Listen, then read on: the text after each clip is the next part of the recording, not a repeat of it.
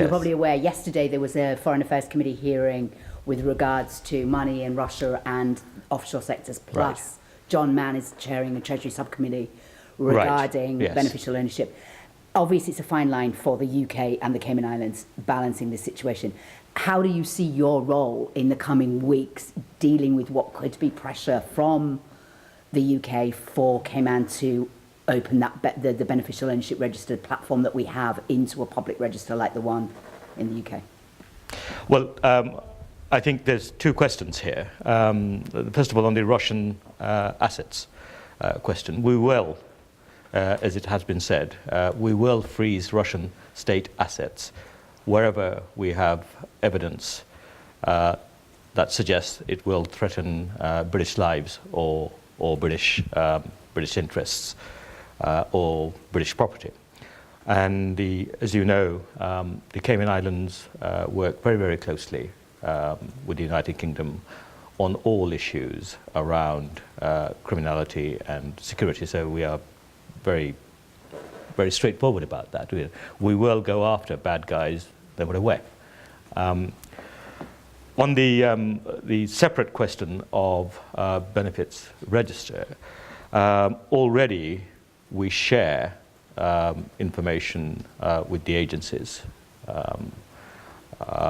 if a request is made, and that's great. I really want to congratulate Cayman for doing that. That's working very well so far. On the wider question of making it public, we are going through that process now. We want to be transparent. We want to be part of the global standard for this transparency. It's part of the fundamental strength of our islands that we offer this to the world, and that's why we get the investments here, and that's why we hope this will continue to enhance. But we also need to make sure that we are part of a wider group of nations who are also doing this. What we don't want, I don't think, is for us to be in a disadvantaged situation. So we will follow once the standard has been set and practiced across, say, the G20 countries. But already United Kingdom leads in this area. As you know, in the United Kingdom, it is a publicly available register to everybody. So, you know, I hope our islands, the Cayman Islands, will also show leadership, as we want to, on beneficial ownership register becoming more public. But we want to make sure that we are not disadvantaged by it. Thank you. Governor, on the financial services topic, have you been briefed on the EU grey listing situation since you've been here, and do you know what Cayman's going to have to do? No, well, yes. I wouldn't call it grey listing because we're not on a grey list. We are compliant at the moment. The EU is happy with all these sort of promises we have made, and we have till December to show the actions that we have taken to continue to be compliant. So I'm confident that we will stay compliant and will enhance our reputation in this area. It is important to us. Financial industry is a key industry here on the islands. We got to protect its future, but also enhance it. And I don't think we have, that much to be really worried about. I think we should take a proactive lead on doing all this work, and tell the world that despite some of the maybe the Hollywood things that they see, that the reality is different here, and I think we've got to give that message, carry that message, and show it to be true. And that's a responsibility for all of us on these islands who believe in its future. But I'm just not sure what it is Cayman technically still needs to do to avoid further listing? Do you know what exactly we need to do? Well, that is currently under discussion. I mean, there is. I won't go into the details of all that now, but it is clear between us and the EU. It's around the actions we promised that will be done, and so these needs to be just cleared up before then, and we'll do a full report. We can give you the detail later. I don't want to go into that discussion here and now. Okay, I guess I'll bring it a little in a different realm now. Sure. I want to talk about national security, and Yes. In your speech on Monday, you Yes. said this is your top priority. Yes, it is. And the National Security Council. Can you tell us if you have in fact set up a meeting for the National Security Council, and if you've had discussions with the Premier about maybe the change of scope of the National Security Council? Yeah. Because he said he wants it to be not a talk shop, but an actual council that can make some serious changes and have some input on national security. It won't be a talk shop. So yes, I've already moved on this, in fact, on the first day back in the office. So I've had discussions with the Premier. The National Security Council will meet, not this week coming, but the week after. We need to do a couple of things before we can meet. One is that 2 members from civil society needs to be added. And already I have sent out the letter asking for nomination from the Leader of the Opposition and the Premier for those 2 members. They have both been nominated as of today, so that's within 24 hours that's been done. And so once they have been kind of sworn in, so to speak, and everybody else have reaffirmed their oaths, we can get on with the agenda of it. The agenda, the thing we want to concentrate, or if you look at the crime areas that are concerning us most, you will know it's gun crime, you will know it's burglaries, you will know it's the general sense of insecurity that is getting in the way, and I hope we can focus on those as our first meeting. I spoke to the Leader of the Opposition on this. He was very supportive. The Premier is, as we saw, giving the leadership on getting our minds around this and tackling this. So far, I think we are progressing fast and with clarity on what we want to achieve. But in the end, these things are, there is a side that is to do with the planning, thinking, the meetings. What really matters is what the citizens actually see on the ground, the action. And that's where I want it to be. I wanted for it to make a difference on the ground to the people. And I spoke to the police commissioner at length on how we might do or how we might action. And obviously you wouldn't want me to share that, but we are getting on with all of this, and I hope we can work together. As I've already seen in terms of the Leader of the Opposition and everybody I talk to, what really heartens me is that people see it as a national unity issue and not an area for politics.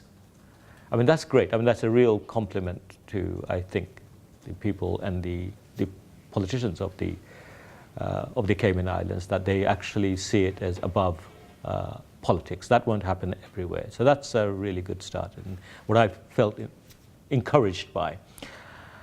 But, this is not going to be an easy thing. It never is.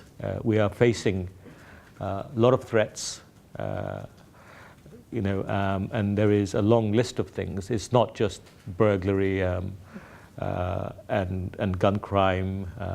There is a lot of cyber crime. There is crime against the persons. There's domestic violence. There is a big list of things that matter to people. And we hope that we can utilize the National Security Council to address these things strategically and help those who are in charge of the operations, give them the direction, the resources that they need, the resources the police commissioner needs, the direction that he needs and everybody else needs to get on with the job that they need to do. A second part to that, again, going back to the Premier's speech on Monday in the LE, he wants to create a police authority. It's something that he has discussed for a number of years now, actually giving a lot more autonomy to the elected government and also, having an overarching authority to oversee the police. Would that have been part of those discussions with you, and are you going to be moving forward with that proposed No, we authority? haven't discussed that, and you wouldn't want me to comment on that until I've had that discussion. That's not what we've done so far. But as you know, one of the responsibilities, one of the direct responsibilities of the governor is security, and that's why you've seen me focus on it so strongly. I think we can work together, of course, we do, as we have done.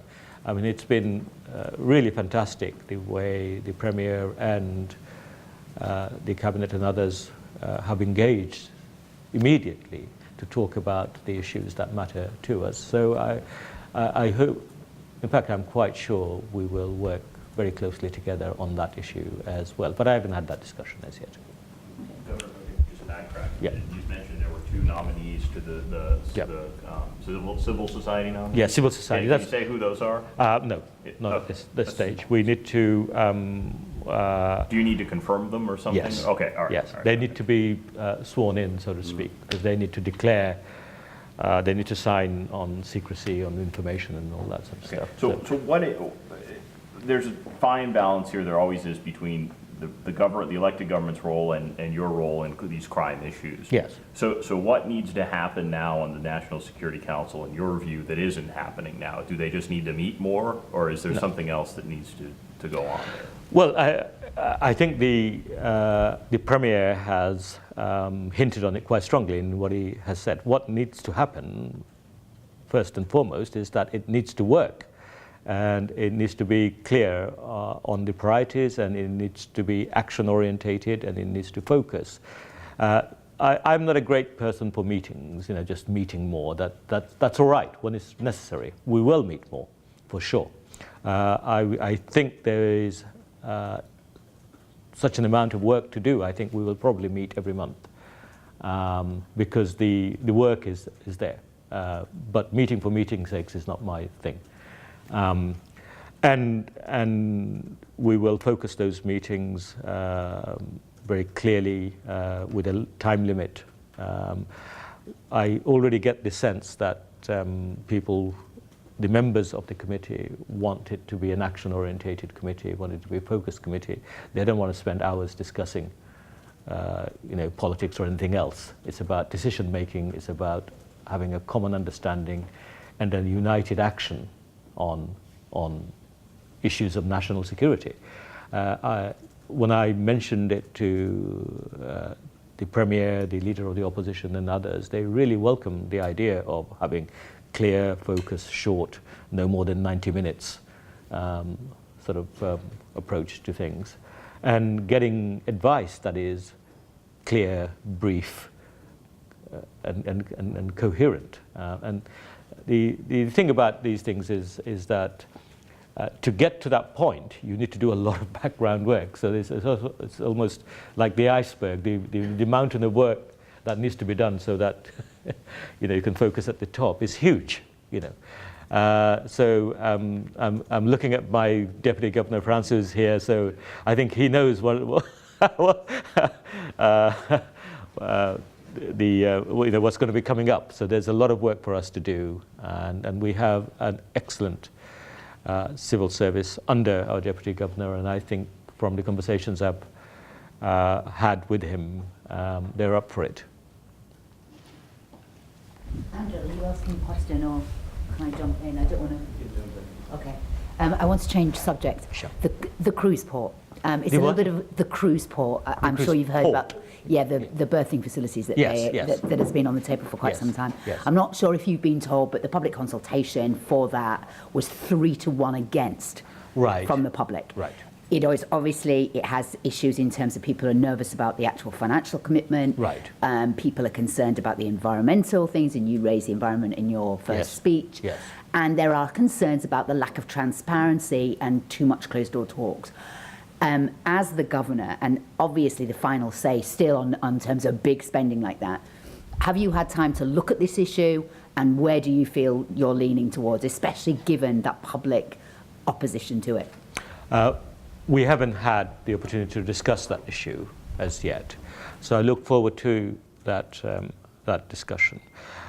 What I do believe in is protecting our beautiful islands, protecting the environment, but I also believe in economic progress and balancing that, getting the infrastructure we need, getting the industry, the businesses we need, with protecting our environment is always an issue that requires lots of consultation, requires a lot of thinking, and getting it right is not easy.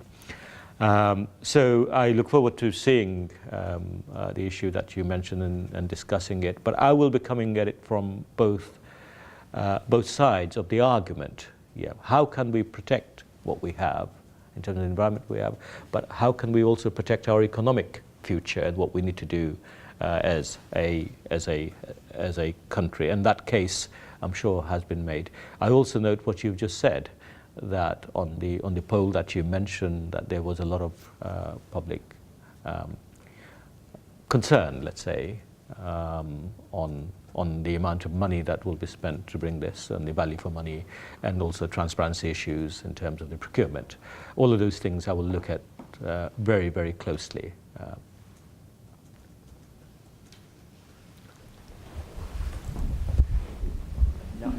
I just wanted to figure out, taking it back a bit. Yes, sure. To the National Security Council, you seem more bent towards domestic protection, but are we looking towards, well, in the past I believe there were in recent times there are 3 government agencies that were attacked as far as cybercrime was concerned.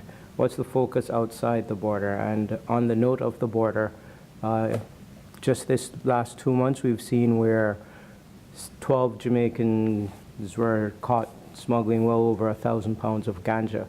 What's your thoughts on protecting the border and not just everything inside? Well, the first thing to note is that these things are totally linked. You know, what you see domestically happens because of the impact of the border and international. So you can't separate the two things. I mean, it is folly to think, you know, what is happening locally is unconnected to what is happening internationally or to the border. So on cybercrime, I think we need to act strongly and strategically on this. From the reports I have seen, we have a pretty good grip on what is going on. But as you know, in this area, the criminals, as always, are on to the next thing. So all the fraud you're getting on cybercrime, all these sort of scams and all this sort of phishing and all that sort of stuff, I get a sense that our police are certainly aware of what is going on and are doing okay. You can never be totally safe on that. In terms of the border, the border force is active here. It has stopped some things. You don't always see everything that gets done. So the airport, the port, having to secure our coastline, stopping those boats coming in, making sure it's 24-hour surveillance. All of that is part of the same strategy, because as you quite rightly point out, success there will mean success domestically on the things that we've talked about, because they're totally linked. Another quick question for you. You also mentioned that there were topical things of concern to the people here in Cayman, predominantly I think you were hinting towards it, the issues of LGBT rights, where you were talking about speaking and defending everyone that lives here, regardless of gender, creed, or sexual orientation. How do you intend to go forward on that?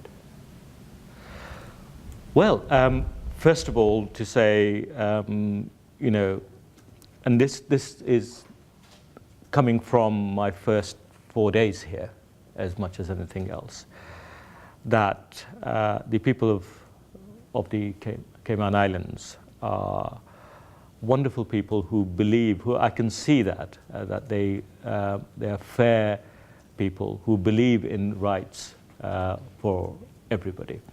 I know some areas are sensitive, but nevertheless, I think people will look at the case for equality under the law for everybody, including the LGBT community. As per my predecessor, I think we are looking at having that equality under the law through civil partnerships legislation. But I am also very sensitive and genuinely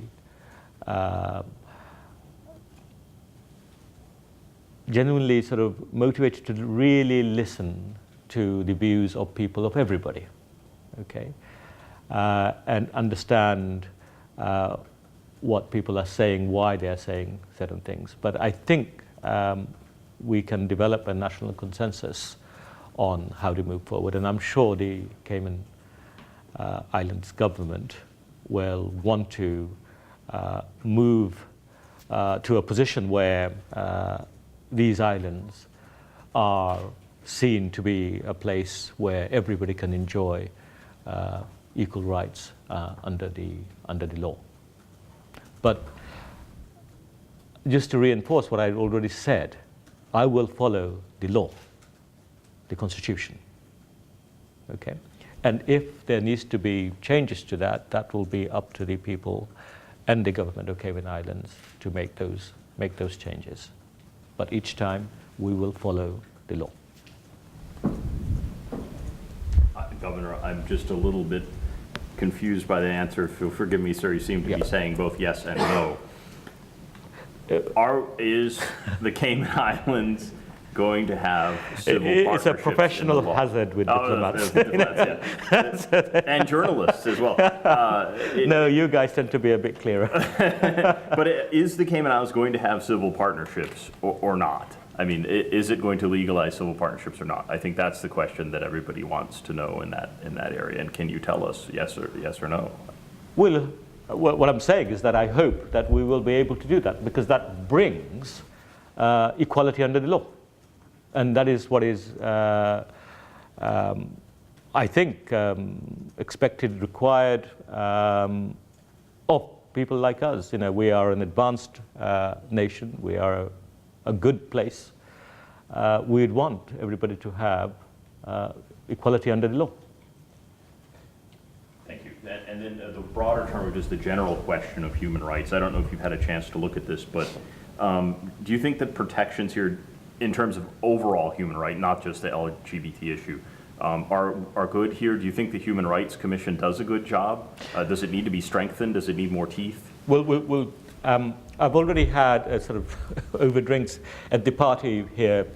Some of you were initial conversation on Human Rights Commissioner with the Commissioner, but I'm yet to sit down and have that conversation properly. So I'm looking forward to working with the Human Rights Commission here and see where else we need to work. But generally speaking, I think we do well on human rights here. There's a lot to be proud of.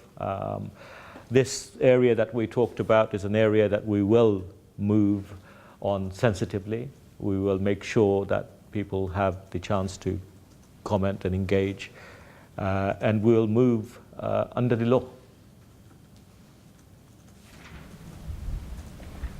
Was this something that you raised with the Premier? in your discussions? Because I know you would have met with him, and as well as opposition. No, MLAs. I'm in fact not yet, but I'm meeting with him again. I mean, such was our discussions. The initial initial 2-hour meeting on our first day. We only got through some of the agenda. Today, I'm meeting him again, and we'll go through what's left, including this issue at some length, I would imagine. Sorry. Rashma, please. Do you, I mean, this is, like you said, you've acknowledged this is a sensitive issue. Yeah. And this is a largely Christian community as well as a largely Christian electorate. Yeah. So they have been firmly against this, and you have some MLAs who have registered their own stance on this issue, Yeah. and they're not prepared to support something Yes. like this. How are you going to deal with that backlash? Well, it's not a backlash. It's so people have views that we need to listen to. I understand Christianity. From all the years that I have many Christian friends. I have attended churches. I engage all the time. Christian values are great values. They are values of tolerance, of love, of giving everybody who are God's creation a chance in life, a fair deal. So that's how I understand Christianity, and that's how I see Christian values. I see, no conflict with that, and we are first and foremost in our constitution. Yeah, we're a country based on Christian values, on Christian morals, and that's great. That's not that's a good thing, right? So that is not the issue. The issue is listening to everybody, and I hope everybody giving everybody else a fair hearing and a chance to listen and see, whether maybe we can look at it in a different way.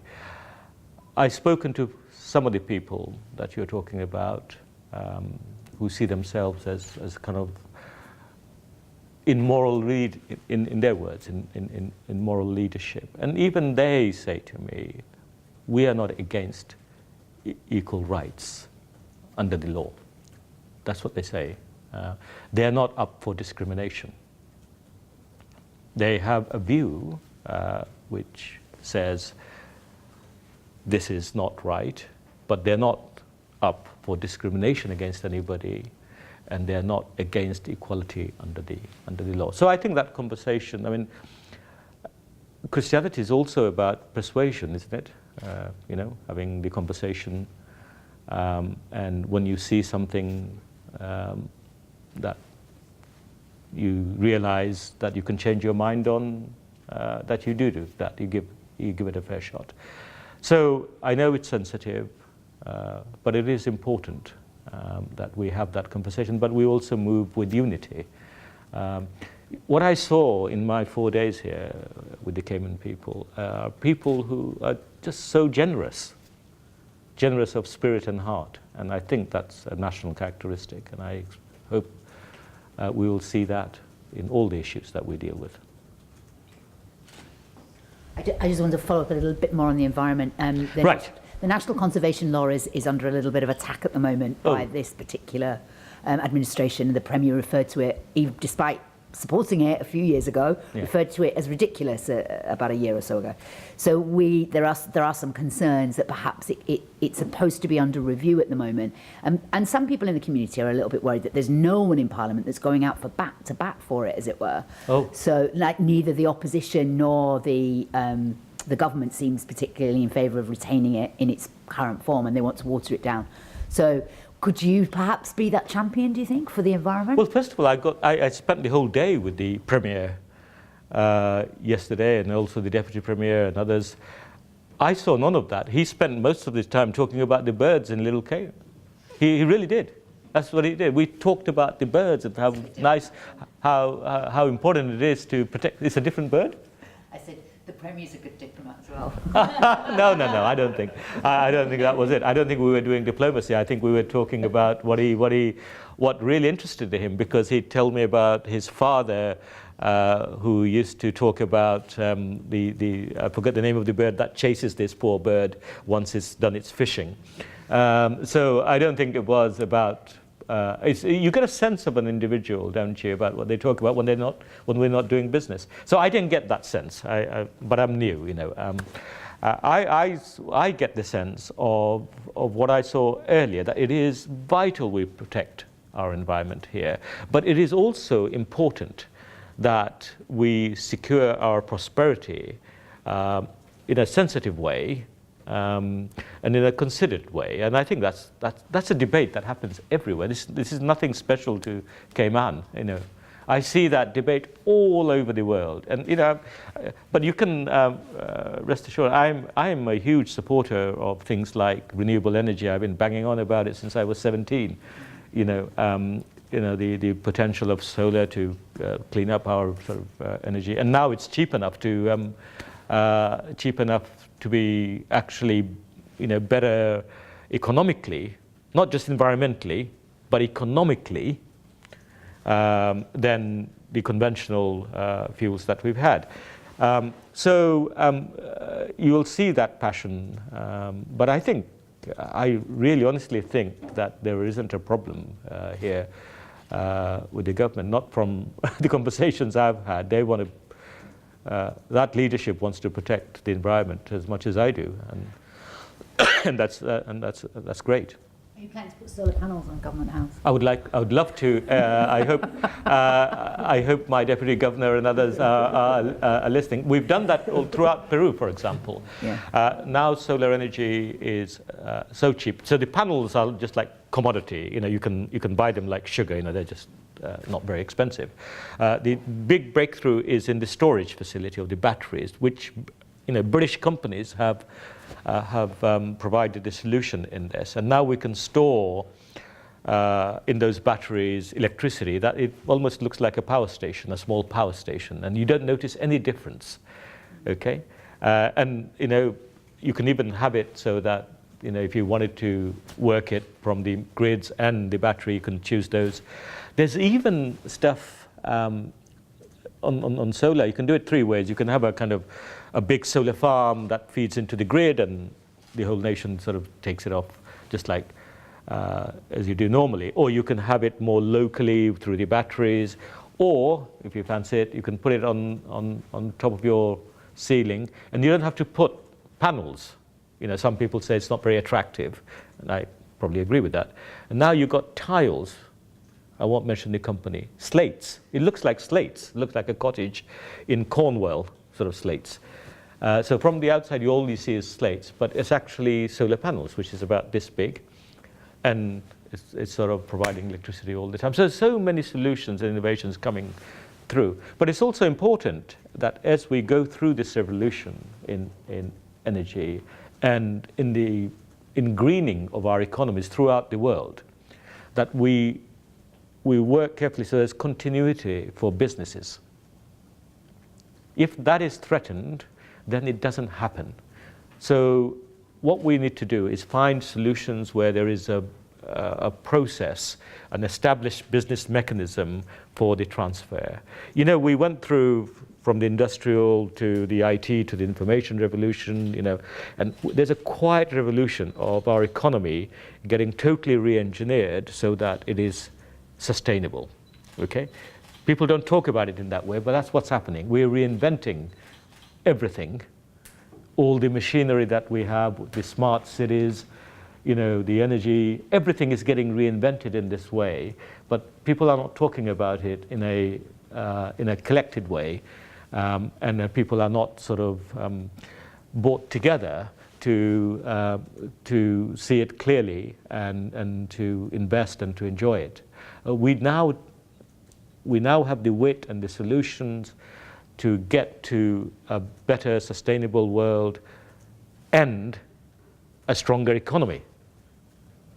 So there is no fight between, I got to sacrifice my economy for the environment, okay? that solution is increasingly there, and that problem is an increasingly an imagined one.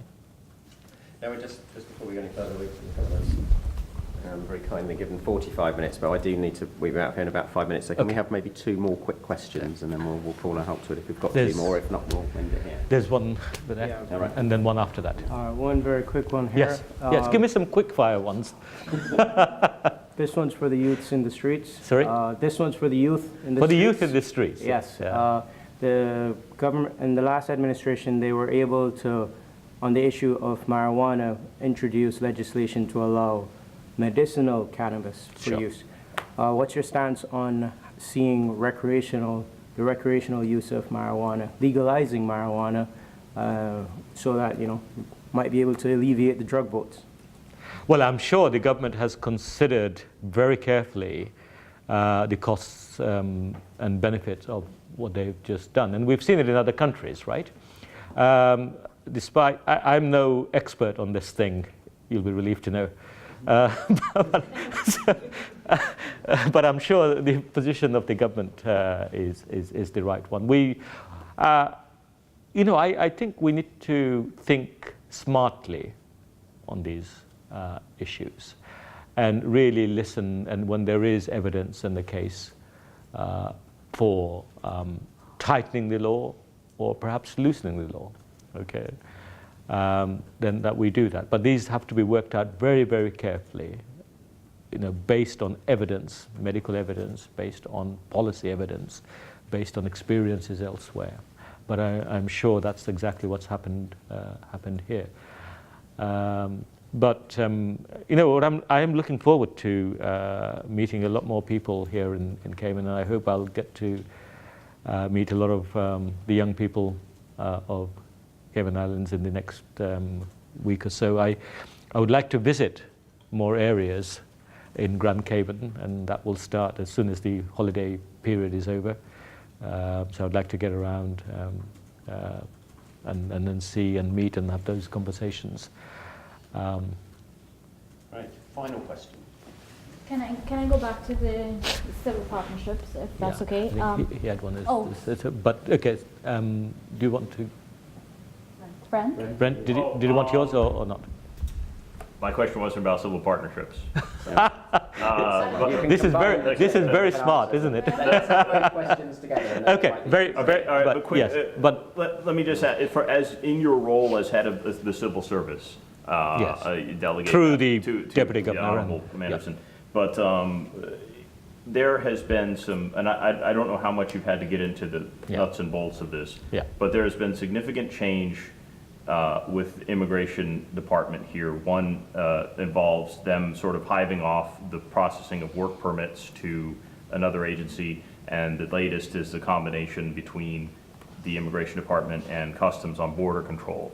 Have you had the what between immigration and customs? Merger between customs. the merger, right? Yeah, merger.